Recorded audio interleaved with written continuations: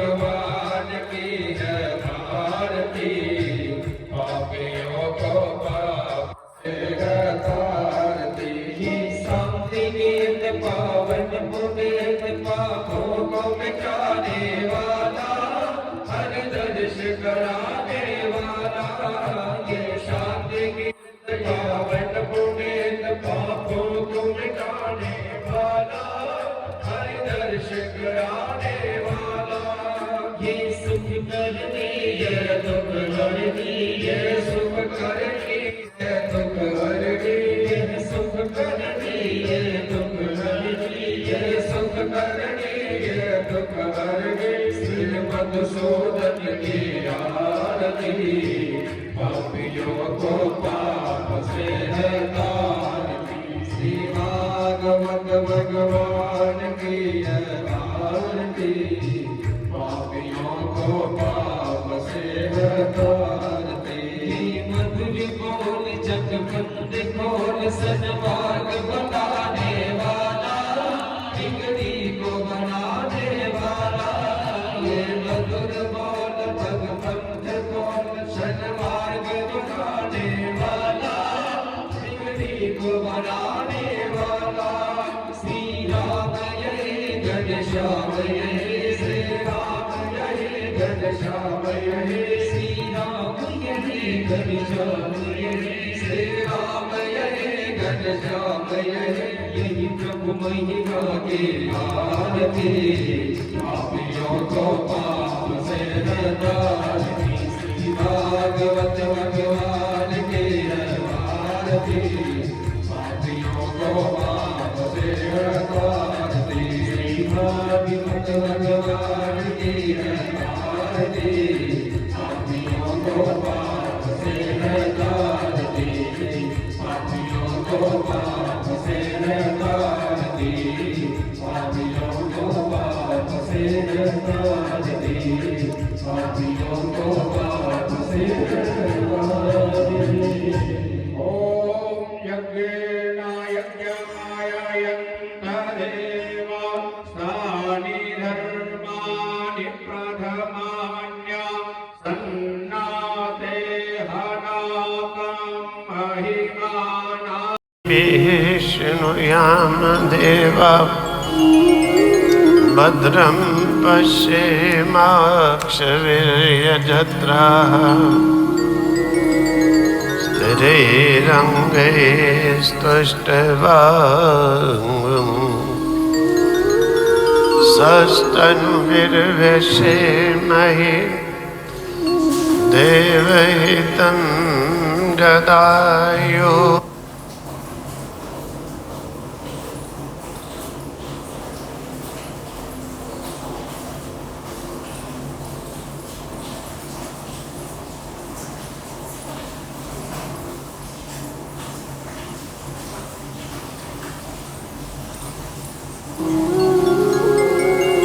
गुरुर्ब्रह्मा गुरुर्विष्णु गुरुर्देवो महेश्वरः, गुरुर्साक्षात् परं ब्रह्म, तस्मै श्री गुरवे नमः। तस्मै श्री गुरवे नमः।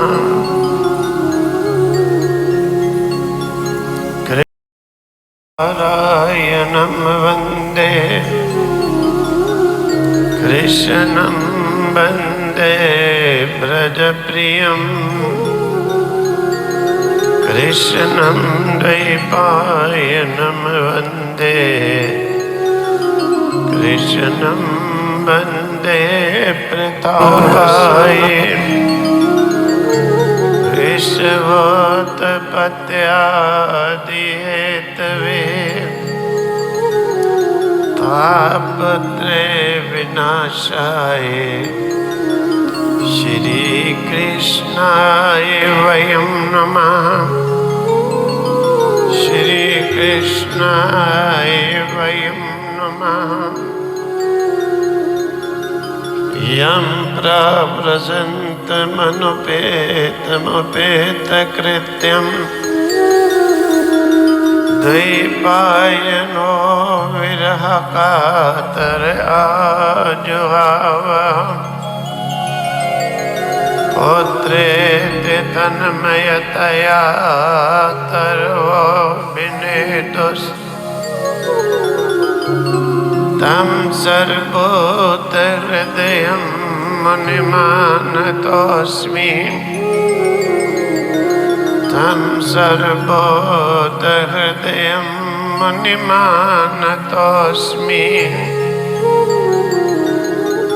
बालं नवीनशतपत्रविशालनेत्रम् बिम्बाधरं सजलमेघरुचिं मनोज्ञं मन्दस्मितं मधुरसुन्दरमन्दयानं श्रीनन्दनन्दनं मनसा स्मरामि श्रीनन्दनन्दनं मनसा स्मरामि कर्णं मधुरं तर्णं मधुरं हरणं मधुरं रमणं मधुरम् अमितं मधुरं शमितं मधुरम् मधुराधिपतेर्मखिलं मधुरम् मधुराधिपतेर्मखिलं मधुरम् देयं सदा परिभवग्नमभीष्टदोहम् तीर्थास्पदं शिविरं चिनुतं शरण्यम् प्रत्यार्तिहं प्रणतबालभवाब्धिपोतं वन्दे महापुरुषते चरणारविन्दम् वन्दे महापुरुषते चरणारविन्दम्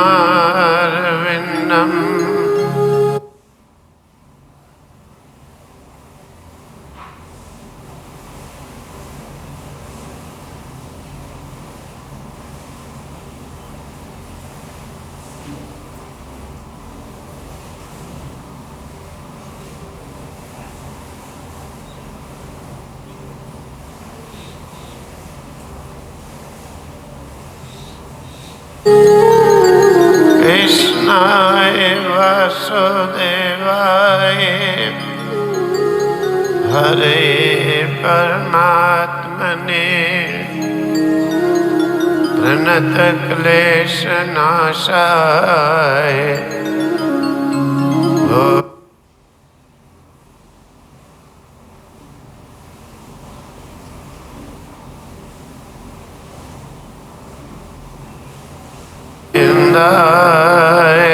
नमो नमः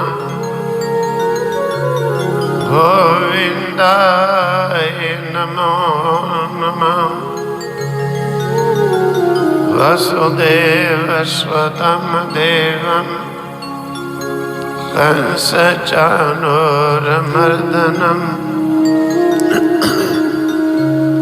देवकी परमानन्दम् कृष्णं वन्दे जगद्गुरुं कृष्णं वन्दे जगद्गुरुं यत्र योगेश्वरः कृष्णो यत्र पार्थो धनुर्धरः तत्र श्रीर्विजयोभूतिर् ध्रुवानीतिर्मतिर्मम् ध्रुवानीतिर्मतिर्मम् आनंद कंद भगवान की भाई बीच में नहीं आना चाहिए। क्या आगे से जितबाजी करके दिखाते हैं कथा।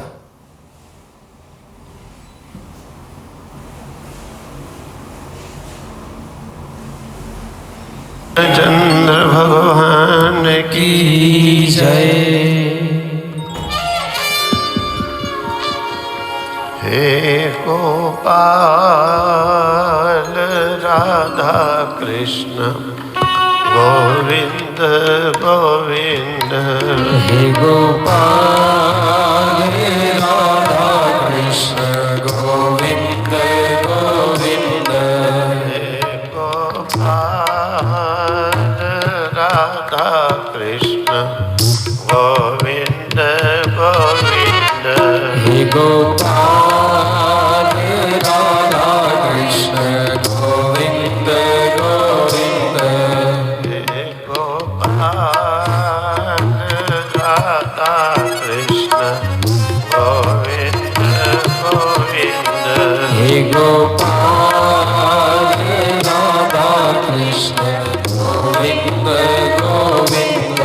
कृष्ण गोविंद गोविंद कृष्ण गोविंद गोविंद। कृष्ण गोविंद गोविंद कृष्ण गोविंद गोविंद। कृष्ण गोविंद गोविंद कृष्ण गोविंद गोविंद। कृष्ण गोविंद गोविंद कृष्ण गोविंद गोविंद। हे गोपाल राधा कृष्ण गोविंद गोविंद। हे गोपाल राधा कृष्ण गोविंद गोविंद। हे गोपाल राधा कृष्ण गोविंद गोविंद। हे गोपाल राधा कृष्ण गोविंद गोविंद। हे गोपाल राधा कृष्ण गोविंद गोविंद। हे गोपाल राधा कृष्ण गोविंद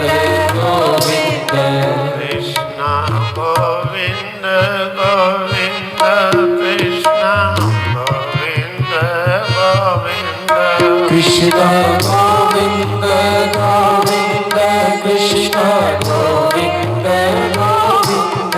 कृष्ण गोविंद गोविंद कृष्ण गोविंद गोविंद। कृष्ण गोविंद गोविंद कृष्ण गोविंद गोविंद। कृष्ण गोविंद गोविंद कृष्ण गोविंद गोविंद। कृष्ण गोविंद गोविंद कृष्ण गोविंद गोविंद। कृष्ण गोविंद गोविंद कृष्ण गोविंद गोविंद। कृष्ण गोविंद गोविंद कृष्ण गोविंद गोविंद। कृष्ण गोविंद गोविंद कृष्ण गोविंद गोविंद। कृष्ण गोविंद गोविंद कृष्ण गोविंद गोविंद। कृष्ण गोविंद गोविंद कृष्ण गोविंद गोविंद। कृष्ण गोविंद गोविंद कृष्ण गोविंद गोविंद। कृष्ण गोविंद गोविंद कृष्ण गोविंद गोविंद। हे गोपाल राधा कृष्ण गोविंद गोविंद। हे गोपाल राधा कृष्ण गोविंद गोविंद। हे गोपाल राधा कृष्ण गोविंद गोविंद। हे गोपाल राधा कृष्ण गोविंद गोविंद। हे गोपाल राधा कृष्ण गोपाल राधा कृष्ण गोविंद गोविंद गोपाल राधा कृष्ण गोविंद गोविंद हे गोपाल राधा कृष्ण गोविंद गोविंद गोपाल राधा कृष्ण गोविंद गोविंद हे गोपाल राधा कृष्ण गोविंद गोविंद गोपाल राधा कृष्ण गोविंद गोविंद हे गोपाल राधा कृष्ण गोविंद गोविंद गोपाल राधा कृष्ण गोविंद गोविंद हे गोपाल राधा कृष्ण गोविंद गोविंद आनंद कंद भगवान की जय हर हर हर महादेव हर श्री स्वामी जी महाराज की जय उपस्थित संत वृंद एवं धर्मानुरागी भक्तजन भक्ति स्वरूपा माताएं, आज इस तत्व ज्ञान यज्ञ के 5वें दिवस के अवसर पर चित्त की शुद्धि के लिए भगवान की अनेक लीलाओं का प्रसंग और ज्ञानियों के लिए ब्रह्म सूत्र आदि वेदांत से निर्दिष्ट उपदेश को बड़े यथार्थ सरल विधि से भगवान के ब्रह्म सत्ता स्वरूप को जानने के लिए अज्ञानियों के लिए चित्त की मैल की निवृत्ति के कारण रूप स्थूल लीलाओं के रूप में वर्णन किया जाएगा, जिसमें कि भगवान के अवतार के उपरांत माता देवकी वसुदेव जी को भगवान के अद्भुत स्वरूप को देखकर आश्चर्य होना, शकट भंजन आदि लीलाएं, पूतनावध आदि प्रसंग, गोकुल में जन्मोत्सव इत्यादि प्रसंग जो है वर्णन किए जाएंगे। सुखदेव जी कहते, परीक्षित, भगवान के अवतार लेने के उपरांत तम अद्भुतम बालक अम्बोजे क्षणम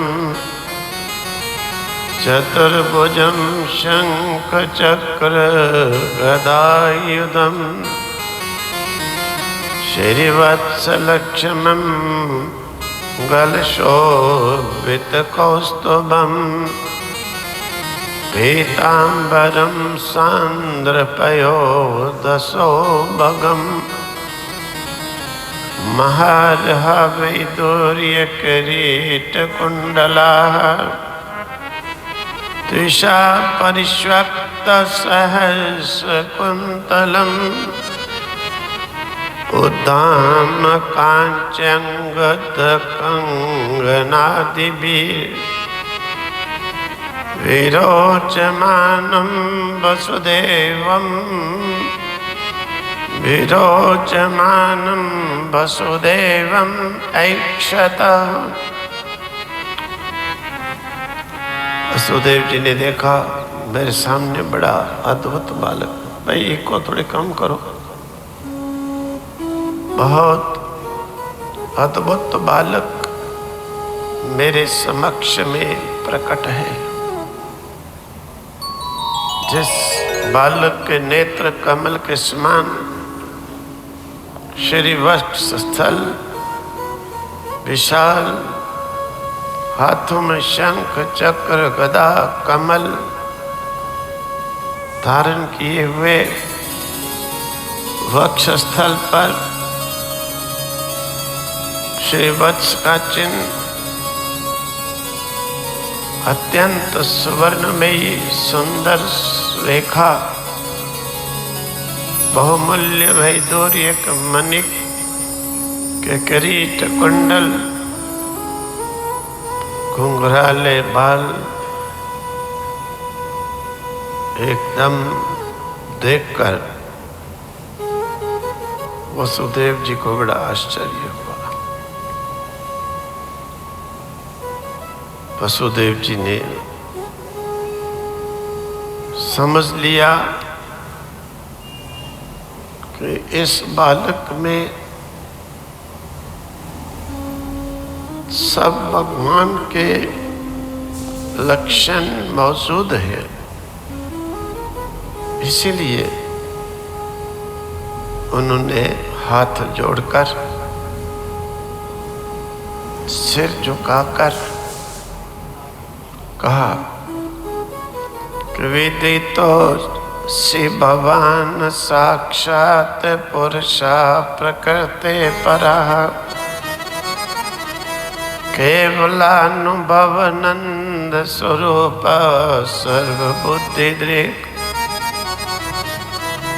स एव स्वप्रकृतेदं सृष्टाकरे त्रिगुणात्मकम् तदनु त्वं ह्य प्रविष्टा इव भाव्यसे यथेसे विकृता भावास्तथा ते विकृतैः सह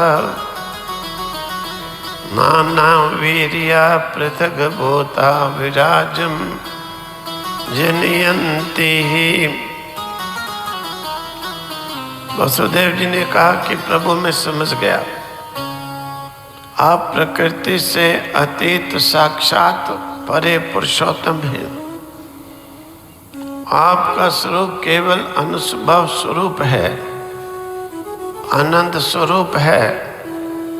आप समस्त बुद्धियों के एकमात्र साक्षी हैं। आप ही सृष्टि के आदि में अपनी इस शक्ति के द्वारा, प्रकृति के द्वारा त्रिकोणमय जगत की जो है सृष्टि करते हैं और फिर उस सृष्टि में प्रविष्ट न होने पर भी प्रविष्ट भाव्य से प्रविष्ट से दिखाई देते हैं।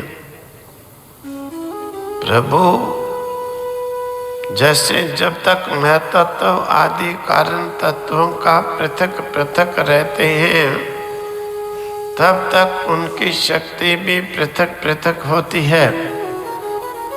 जब वे इंद्रियादि 16 विकारों के साथ में मिलते हैं तब इस ब्रह्मांड की रचना करते हैं और इसे रचकर इसमें अनुप्रविष्ट से लगते हैं। इसी प्रकार से वसुदेव जी ने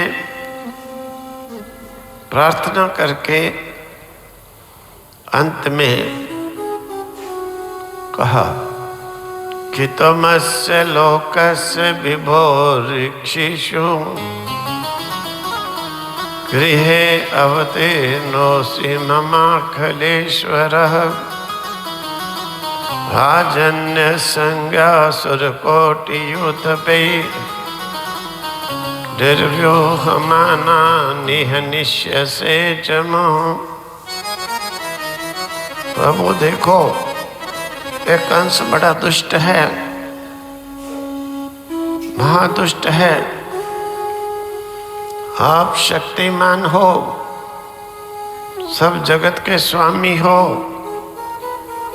प्रभु इस संसार की रक्षा करने के लिए आपने ये अवतार लिया है। आजकल कोटि कोटि असुर सेनापतियों ने राजा का रूप धारण किया है। राजा का रूप धारण करके यहाँ पृथ्वी पर अनेक दुष्टों के रूप में प्रकट हैं। उनमें विशेषकर कंस। महाराज जब वो सुनेगा कि आपके चतुर्भुज रूप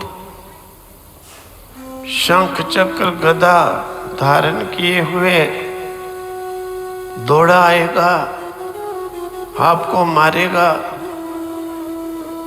इसलिए महाराज मैं प्रार्थना करता हूं, अपने इस रूप को समेटिए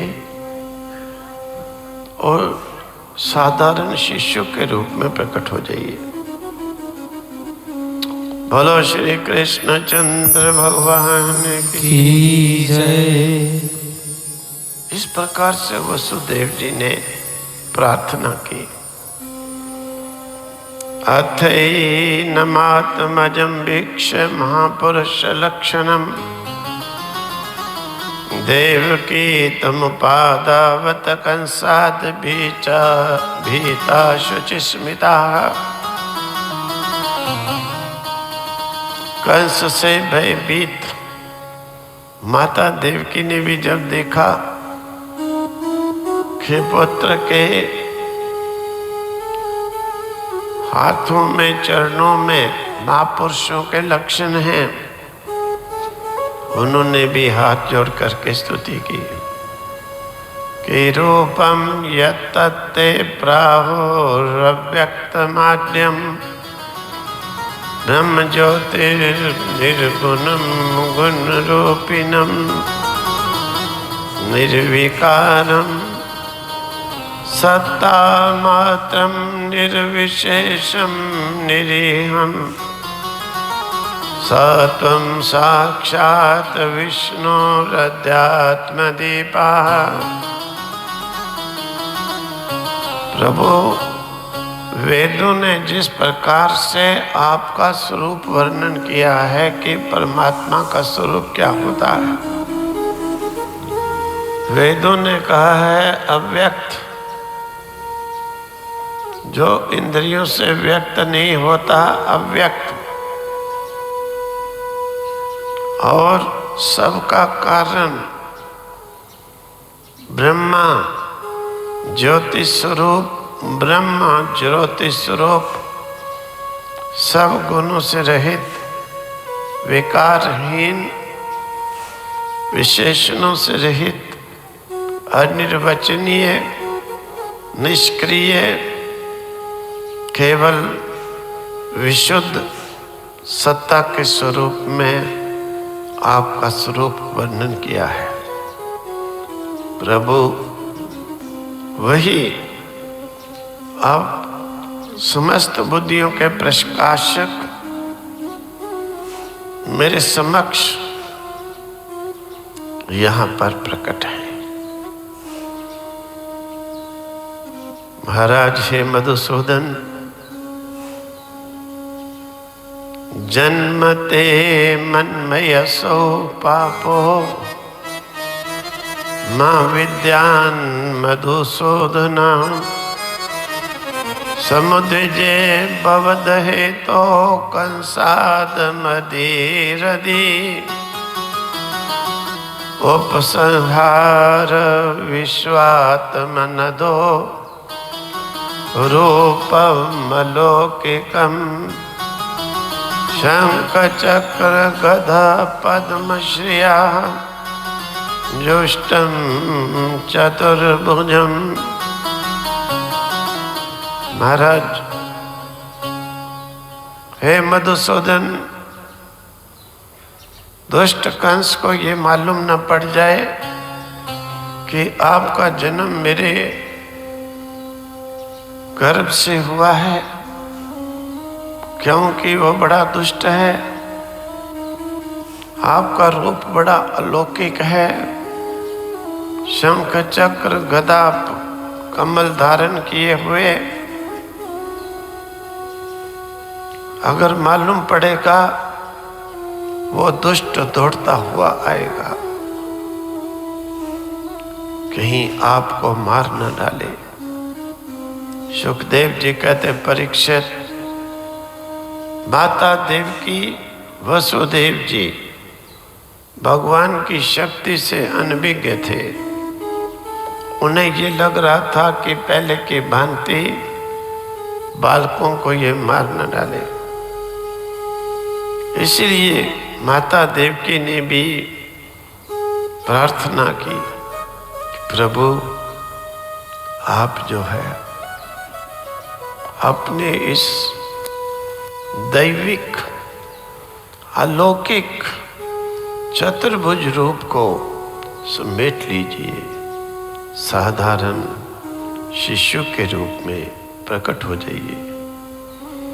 बोलो श्री कृष्ण चंद्र भगवान की जय। भगवान कहने लगे, हे वसुदेव जी, माता देवकी, मैंने आपको ये रूप इसलिए दिखाया है कि आपको ये याद हो आए, आपको मेरी पहचान हो जाए। केवल मेरे प्रति आप लोगों की बालक बुद्धि न रहे, क्योंकि हे माता, हे वसुदेव जी, मेरे प्रति बालक बुद्धि करने से इस प्रकार से केवल कि मैं वसुदेव जी का बेटा, माता देवकी का बेटा हूँ, इस प्रकार की बुद्धि से कल्याण नहीं होगा। मेरे प्रति ब्रह्म बुद्धि होनी चाहिए। मेरी उपासना कृष्ण के रूप में नहीं, मेरी उपासना व्यापक ब्रह्म के स्वरूप में होनी चाहिए। मेरा चिंतन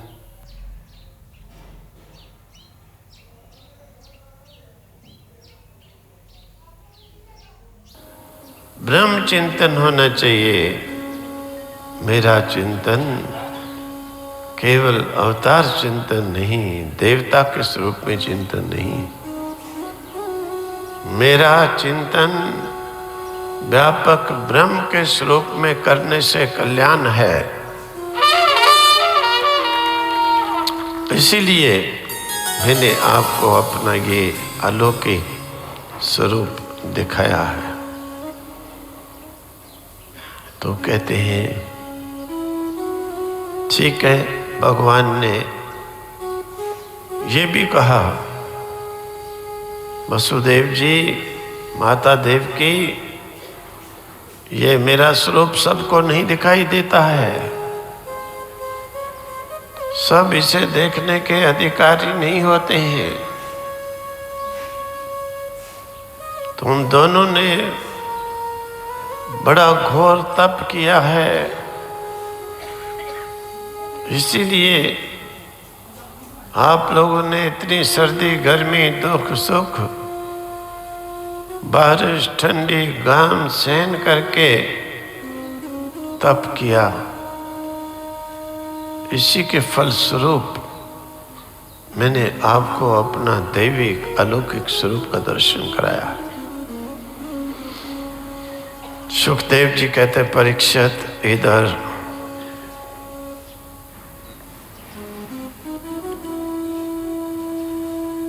वसुदेव जी महाराज ने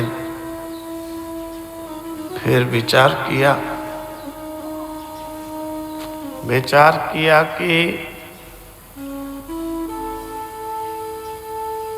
मैं लाला को यहाँ से लेकर, थोड़े कम करना, लाला को यहाँ से लेकर गोकुल में छोड़ के आ जाऊं।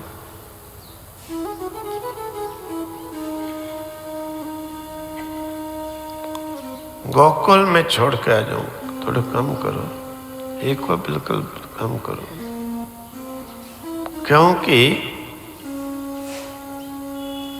दुष्ट कंस अगर आ गया तो ये छोटे से बालक कैसे रक्षा करेंगे। वसुदेव जी का संकल्प हुआ और बंदी कह के सब दरवाजे खुल गए, बंदी गृह के सब ताले खुल गए, क्योंकि भगवान के प्रकट होने पर 8 सिद्धियां भगवान के सामने नृत्य करने लगी। ये भी एक सिद्धि होती है समस्त बंधनों से मुक्त। वसुदेव जी ने देखा मेरे पैरों से हथकड़ी भी खुल गई और तो कुछ मिला नहीं। एक टोकरी मिली, उसी में कन्हैया को बिठा करके वसुदेव जी लेकर के चले गए। उधर जाकर के देखा सारी मथुरा के सब की बुद्धि को जड़ कर दिया। ईश्वर संकल्प सिद्ध होते हैं, उनका संकल्प ही सृष्टि करता है। संकल्प सिद्ध कोई मकान बनाने वाले की तरह हथौड़ी लेकर ब्रह्मा नहीं आते कि मनुष्य की सृष्टि करें। संकल्प सिद्ध। वहां पर गोकुल में भी सबकी बुद्धि एकदम जड़, बड़ी गहरी नींद से सो रहे। भगवान ने सबको जड़ कर दिया। सुखदेव जी कहते और तो बात रही, परीक्षित बड़ी आश्चर्य की बात, माता यशोदा को एक कन्या हुई, उसे भी मालूम नहीं कि कन्या हुई। सबकी बुद्धि ढक दी, जड़ करती एकदम विचेष्ट निचेष्ट। तो वसुदेव जी धीरे से घुसे, लाला को छोड़ दिया वहां पर, कन्या को रखा टोकरी में वापिस। ये सब भगवान की प्रेरणा से हो रहा है। आकर के पहले की तरह से देवकी माता की गोदी में दे दी कन्या, हथकड़ियां पहन ली। थोड़ा सुबह का समय हो गया, और जो ही कन्या ने थोड़ा चूं चूं आवाज की, त्यों ही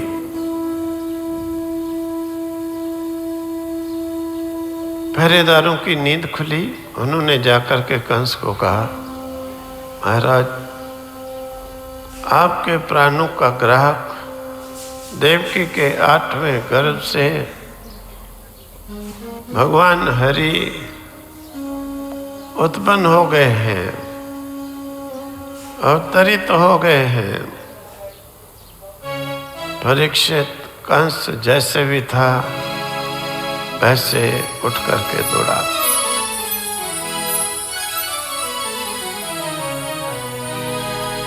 बाल खुले हुए, अर्धवस्त्र पहने हुए, कहीं गिरता कहीं लड़खड़ाता, दौड़कर बंदी गृह में आया।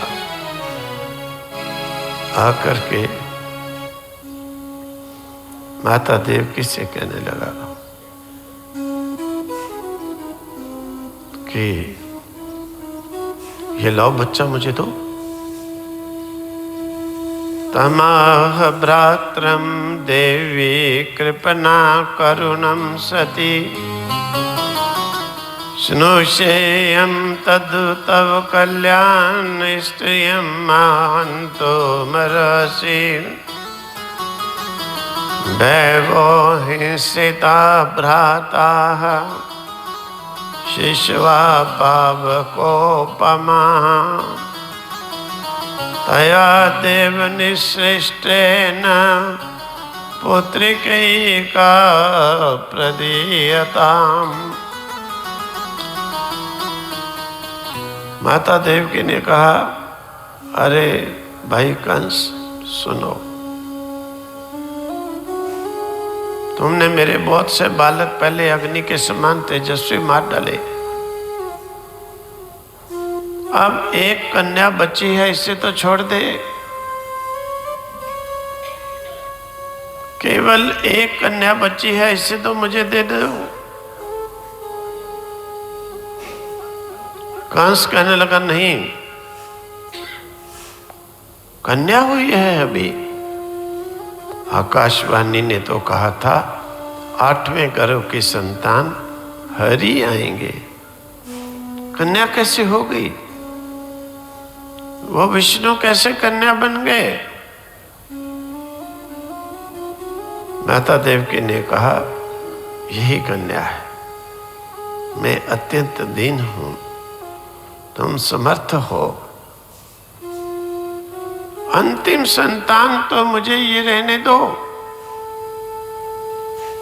सुखदेव जी कहते, परीक्षित, कन्या को गोदी में छिपाकर देवकी अत्यंत दीन होते हुए रोते रोते याचना की। कंस बड़ा दुष्ट था, उसने एकदम झिटक करके माता देवकी के हाथ से कन्या ली, बाहर चला गया। बाहर जाकर के उसने कन्या को चट्टान के ऊपर पटका मारने के लिए। कन्या उसके हाथ से छूट करके आकाश में चली गई। आकाश में जाकर के उस कन्या ने आकाशवाणी करते हुए कहा कि मया हत्या मंद जाता खलु तवांत कृत यत्र का वा पूर्व शत्रु माहिषे कृपणान वृथा इति प्रभाष्य तम देवी माया भगवती भुवि। आकाश से उस देवी ने कहा, उसके हाथ से छूटकर परीक्षित आकाश में उसने जाके अष्टभुजाएं धारण कर ली। शंख चक्र तलवार ढाल कमल आयुध धारण कर लिए और वहीं पर गंधर्व देव पुरुष किम पुरुष आकर के उस देवी को भेंटे चढ़ाकर उस भगवती की स्तुति कर रहे। और उसने कहा, कंस दुष्ट, तुम व्यर्थ ही लोगों के बच्चों को मार रहा है, तुम्हारे पूर्व जन्म का शत्रु कहीं और ही जन्मा है। अब जब कंस ने ये सुना, वापस आ गया, कैद खाने में आकर के देवकी और वसुदेव जी को हाथ जोड़ कर कहने लगा, अहो भगिन्यो भामा मया वाम बत पाप मना पुरुषाद इवापत्यम वैभो हिंसिता सुता। अरे वसुदेव जी महाराज, मैंने आपके बहुत से बालक मार डाले। महाराज सचमुच मैं तो एक जीता हुआ भी मुर्दा हूं। मेरे में दुष्टता इतनी है कि कोई हद ही नहीं, सीमा ही नहीं। महाराज, मैं आपसे क्षमा मांगता हूं। बहन देवकी, वसुदेव जी मुझे क्षमा कर दीजिए। आप बस यही समझिए कि इनको मैंने नहीं मारा, ये अपने कर्म का फल ही भोगे हैं। माँ शोचतम महाभागवान। महाराज इस प्रकार से सोच करके शोक छोड़ दीजिए। यही सोचिए इनको अपने कर्मों का फल मिला है। महाराज जितने भी पृथ्वी पर जो भी जन्म लेता है, भुवि भौमानि भूतानि यथा यान्ति पयांति च,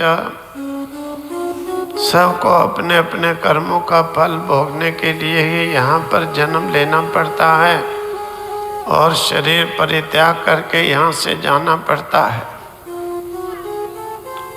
महाराज मेरी प्यारी बहन, मैंने तुम्हारे पुत्रों को मार डाला, तुम ऐसे मत सोचना कि उनको अपने कर्मों का फल मिला है, इसलिए शोक ना करो। प्राणियों को विवश हो करके कर्मों का फल भोगना पड़ता है, ना चाहते हुए भी किए हुए कर्मों को भोगना तो पड़ता ही है। मैं मरने वाला हूँ, मारा जाता हूँ, मारने वाला हूँ। जब तक इस प्रकार की अभिमान बुद्धि बनी रहती है, अज्ञानी बाध्य और बाधक भाव को प्राप्त होता रहता है, तभी तक एक दूसरे को दुख देता रहता है, स्वयं भी दुख भोगता रहता है। मेरी ये दुष्टता तुम दोनों क्षमा कर दो। तुम दोनों बड़े साधु स्वभाव के हो, दोनों रक्षक हो।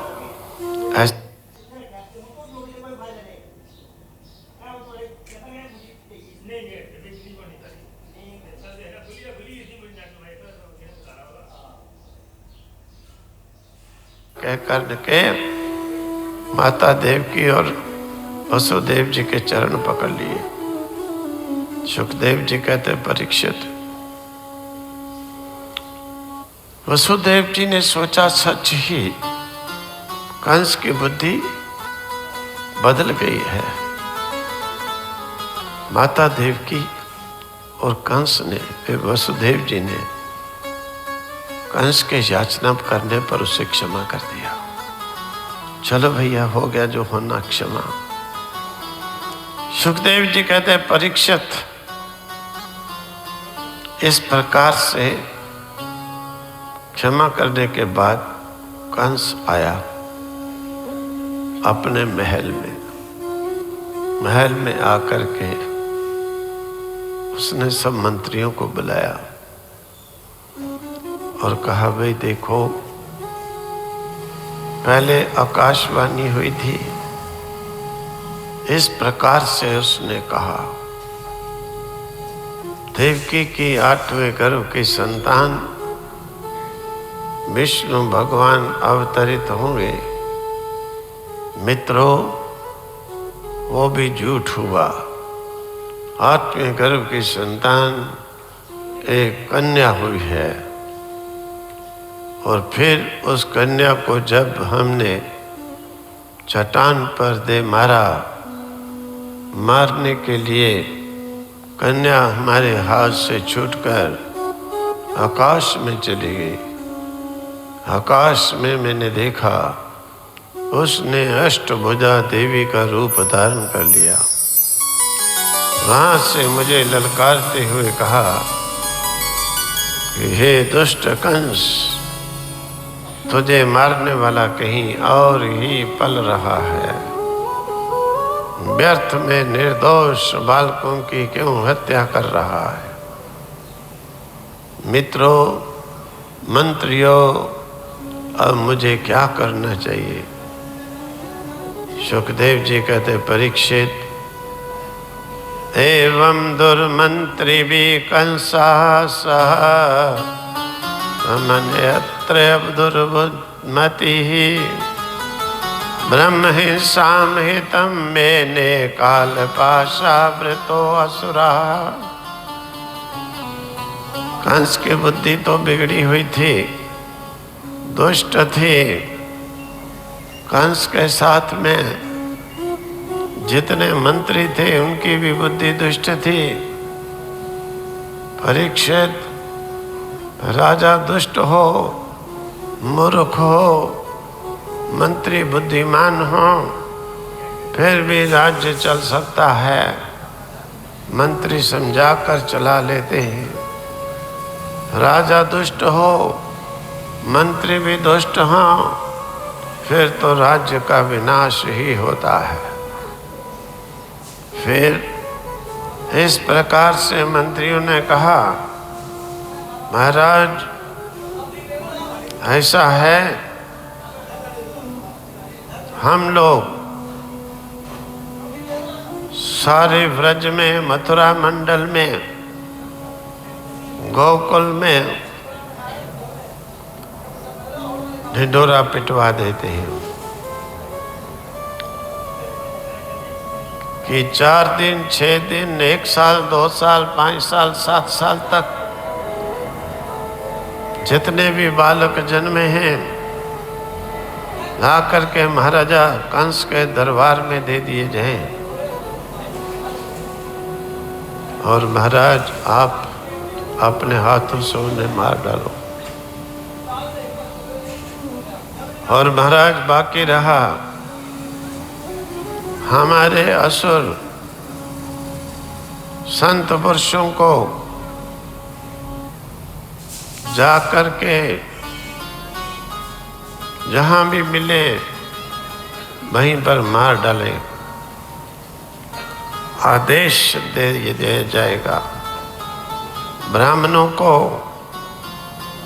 जहां भी मिले, यज्ञ हवन करने वाले, विष्णु भगवान के आराधक, सबको मार डाला जाएगा। और महाराज हमारे राक्षस इच्छानुरूप धारण करने में समर्थ हैं। इधर उधर सब जगह पर जाएंगे और अगर कोई बालक नहीं लाएगा, हमारे राक्षस उसे लेकर के आपके दरबार में आपके समक्ष रखेंगे। आप अपने हाथों से उन्हें मार डालना। सुखदेव जी कहते हैं, परीक्षित, देवैरजा प्रकृत्या सतमसा मूढ़चेतसा। उसके सिर पर मृत्यु नाच रही थी, इसलिए उसकी बुद्धि बड़ी दुष्ट हो गई।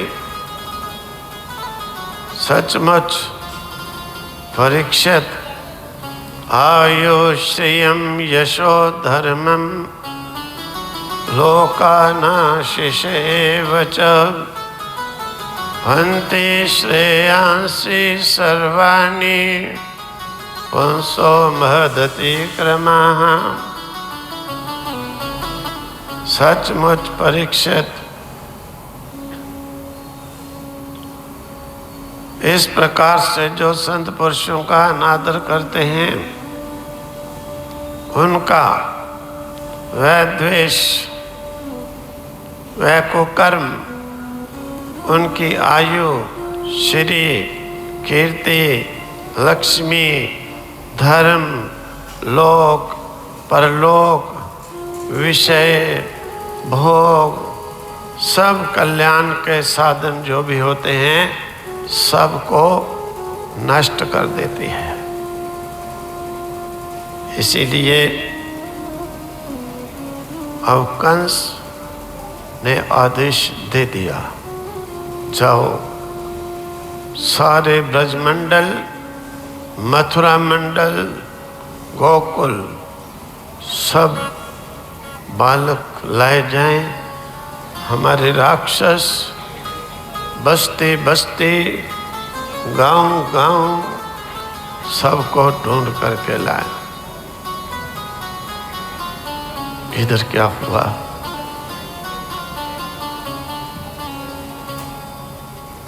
इधर क्या हुआ? जब सुबेर हुई, नंद जी ने देखा यशोदा की नींद खुली। अरे मुझे मेरे यहाँ लाला हुआ है, लाला। नंद जी महाराज, नंदस्त्वात्मजा उत्पन्ने जाता हलादो महामनः। बड़े खुश हो गए नंद जी महाराज, क्योंकि उनकी उम्र बड़ी हो गई थी, बच्चा नहीं था। बड़े खुश हो गए, बड़े खुश हो गए। और इधर यशोदा जी को भी बड़ी खुशी हुई। नंद जी ने ब्राह्मणों को बुलाया। वाच्यत्वा स्वस्थयनम जात कर्म जातस्य वै। ब्राह्मणों को बुला करके जात कर्म संस्कार कराए, स्वस्ति वाचन किया। और पितृ देवा अर्चनम, पितरों की पूजा कराई, देवों की पूजा कराई। विधिवत कार्यमास, ब्राह्मणों ने पूजा की। धेनु नाम नियुते प्रदाद विप्रे व्यास मलंकृते तिलादीन सप्त रत्नो घशात। कहते हैं गौएं सोने के सींग लगा करके, चांदी से खुर सजाकर ब्राह्मणों को गैया दान दी। और सोना चांदी हीरे रत्नौगा शात कौम्बा कौशंबाम्बरावृताम, अनेक सोने चांदी से अलंकृत करके गौएं दान की। इधर जो है ब्राह्मण लोग खुश हो गए, क्योंकि नंद जी महाराज ने खूब दान किया। ब्राह्मणों ने खूब वरदान दिए। नंद जी ने पूछा, महाराज हमारे लाला का भविष्य कैसे रहेगा जन्म के अनुसार? ब्राह्मणों ने खूब वर दिए, खूब प्रशंसा की। उधर भेरी धुंदुबी बाजे बजने लग गए। नंद जी के आंगन में धम होने लगा।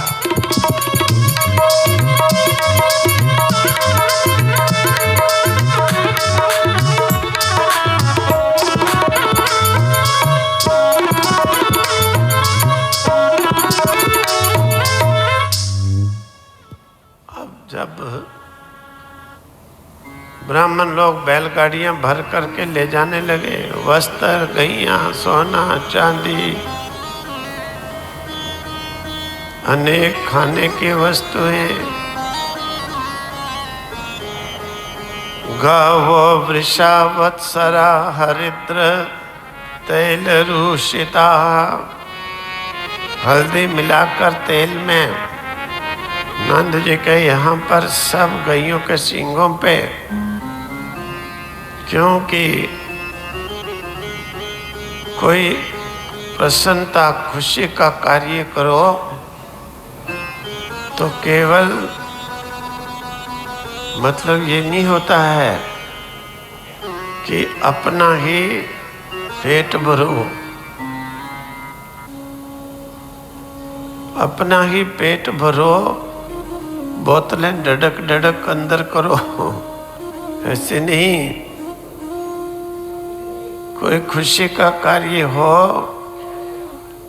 दैव प्रसन्नता के लिए गैयों के सींग पे हल्दी मिलाकर तेल में बड़ा शुभ होता है, अनिष्टों को दूर करने वाला होता है, मांगलिक होता है।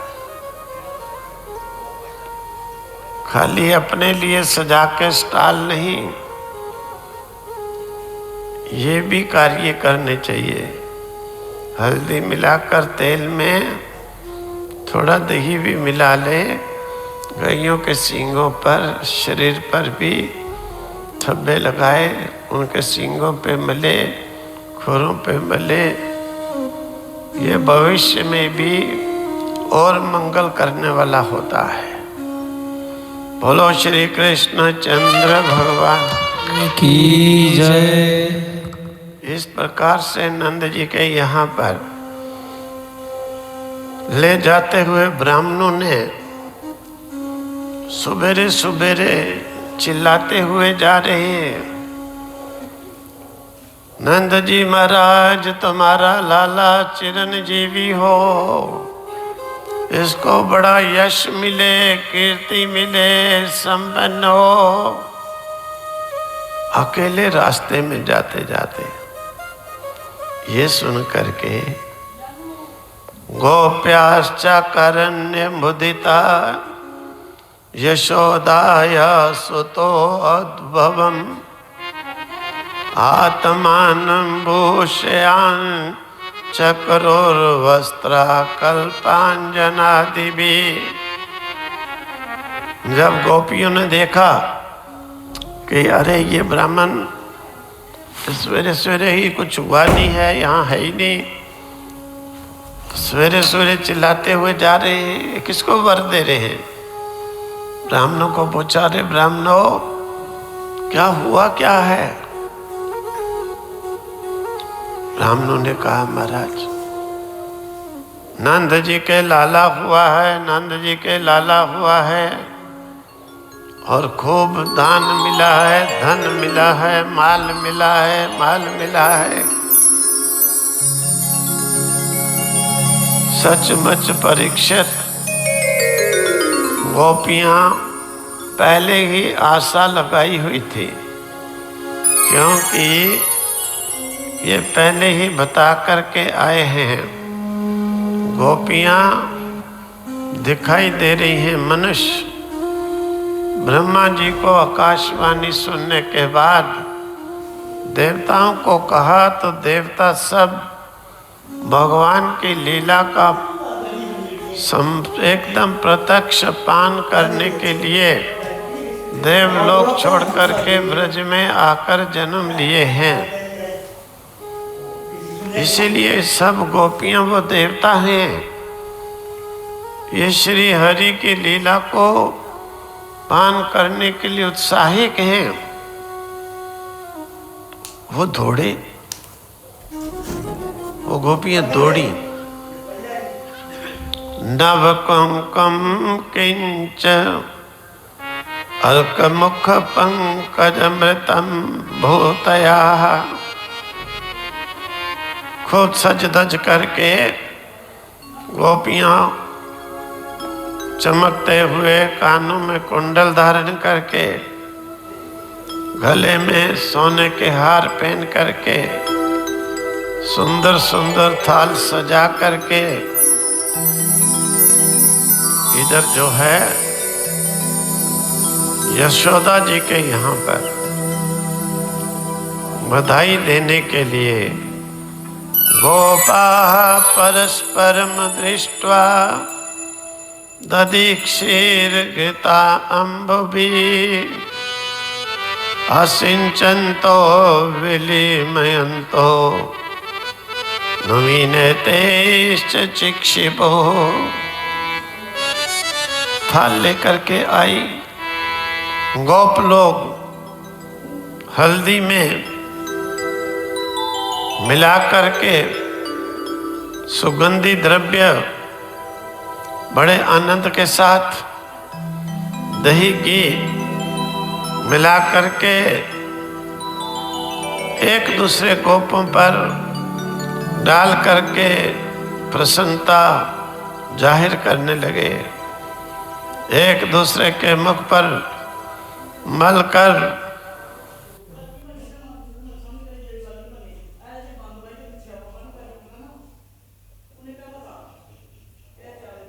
के उनमें गोपों ने सुंदर सुंदर वस्त्र, आभूषण और शोध मागध जन भगवान की कीर्ति का गान करने लगे।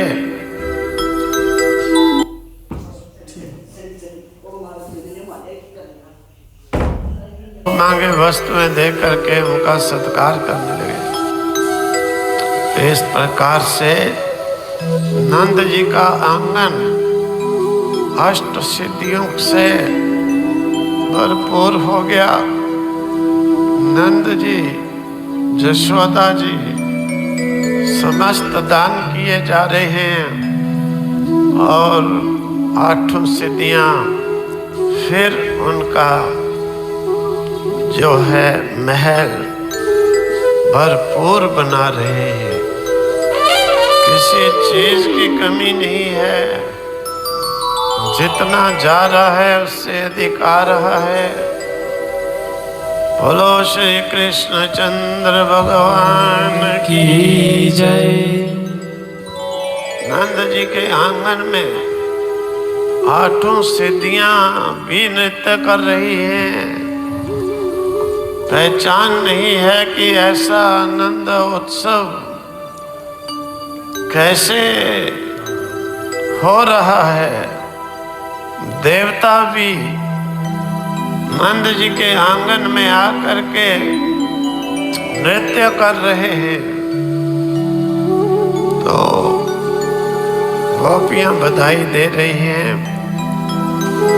यशोदा जी उनका सत्कार कर रही हैं, गोप लोग बधाई दे रहे हैं, नंद उपनंद आदि उनका सत्कार कर रहे हैं। तो थोड़ा भगवान का बधाई है। जहाँ पर होगी देवता भी आएंगे, देवी भी आएंगी, अष्ट सिद्धि भी आएंगी। इसीलिए तुम लोग भी थोड़ी मेहनत करो कि तुम्हारे यहाँ पर भी देवता लोग आए, देवी लोग आए, अष्ट सिद्धि आए, तुम लोग भी संपन्न रहो। बोलो आनंद कंद भगवान की जय। बोलिए बाल कृष्ण लाल की जय। श्री स्वामी जी महाराज की जय। तो सभी गोपियां अपने अपने घरों से श्रृंगार करके सज तज करके यशोदा मैया और नंद बाबा को बधाई देने के लिए गोकुल में पधार रही हैं। तो जब पता चला सबको कि नंद बाबा के जहाँ बेटा हुआ है, उदाहरण कर लिया, तो समझ वहां से मुझे ललकारते हुए कहा कि हे दुष्ट कंस, तुझे मारने वाला कहीं और ही पल रहा है। व्यर्थ में निर्दोष बालकों की क्यों हत्या कर रहा है। मित्रों, मंत्रियों, अब मुझे क्या करना चाहिए। सुखदेव जी कहते, परीक्षित, एवं दुर्मंत्री भी कंसा सह मन्यत्र दुर्बुद्धिमति ब्रह्म हि सामहितं मेने काल पाशावृतो असुरा। कंस की बुद्धि तो बिगड़ी हुई थी, दुष्ट थी। कंस के साथ में जितने मंत्री थे उनकी भी बुद्धि दुष्ट थी। परीक्षित, राजा दुष्ट हो, मूर्ख हो, मंत्री बुद्धिमान हो, फिर भी राज्य चल सकता है। मंत्री समझाकर चला लेते हैं। राजा दुष्ट हो, मंत्री भी दुष्ट हो, फिर तो राज्य का विनाश ही होता है। फिर इस प्रकार से मंत्रियों ने कहा, महाराज ऐसा है, हम लोग सारे व्रज में, मथुरा मंडल में, गोकुल में ढिंढोरा पिटवा देते हैं कि 4 दिन 6 दिन 1 साल 2 साल 5 साल 7 साल तक जितने भी बालक जन्मे हैं ला करके महाराजा कंस के दरबार में दे दिए जाएं और महाराज आप अपने हाथों से उन्हें मार डालो। और महाराज बाकी रहा हमारे असुर संत पुरुषों को जा करके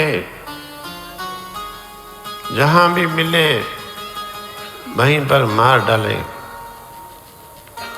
आदेश दे दिया जाएगा। ब्राह्मणों को जहां भी मिले यज्ञ हवन करने वाले विष्णु भगवान के आराधक सबको मार डाला जाएगा। और महाराज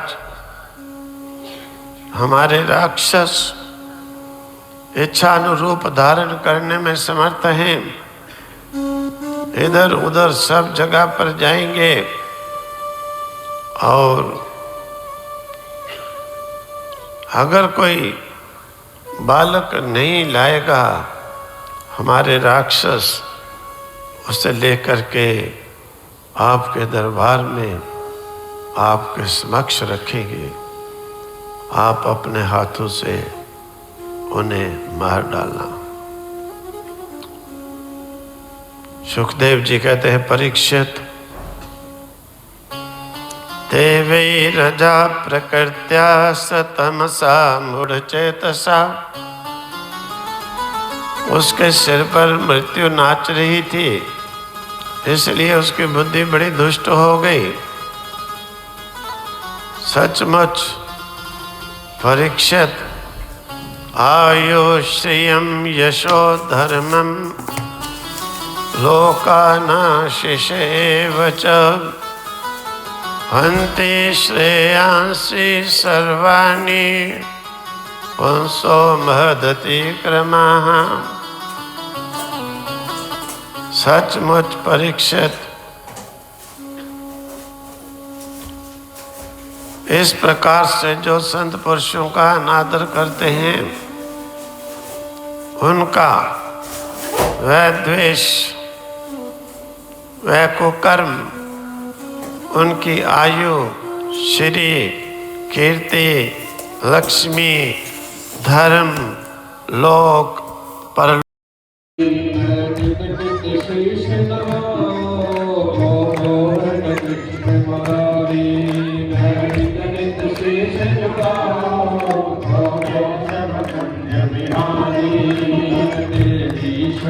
अनोखी ऐसी बात तुझे देखी है तेरी छवि अनोखी ऐसी बात तुझे देखी। सारा सुंदर कोई ओ मोर मुकुट के धारी, तुम सारा सुंदर कोई ओ मोर मुकुट के धारी। और तेरी गाओ ये देश में बिहारी आरती तेरी गाओ केशव कुंज बिहारी। लो आए शरण तिहारी विपदा मिट जाए सारी, जो आए शरण तिहारी विपदा मिट जाए सारी। हम सब पर कृपा रखना जगत पालन हारी, हम सब पर कृपा रखना